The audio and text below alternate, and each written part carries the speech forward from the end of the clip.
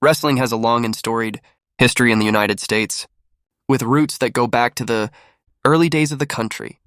The sport has been a popular form of entertainment and competition for centuries, and it has played a significant role in shaping the cultural and sporting landscape of the nation.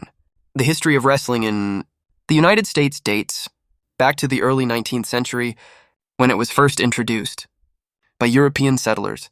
It quickly gained popularity and became a staple of local fairs and festivals, with spectators coming from far and wide to watch the feats of strength and skill on display. As the sport evolved, it became organized into more formal competitions, with rules and regulations put in place to ensure fair play and safety for the athletes.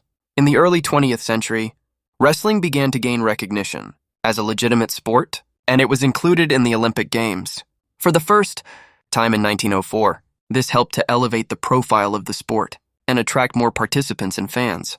Throughout the 20th century, wrestling continued to grow in popularity with the formation of national governing bodies and the establishment of collegiate and high school wrestling programs.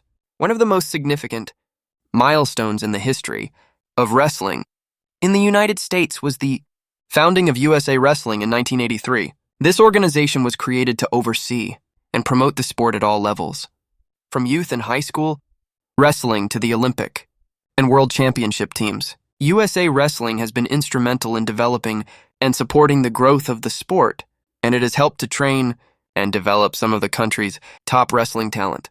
Today, wrestling remains a beloved and respected sport in the United States, with a passionate fan base and a strong tradition of excellence.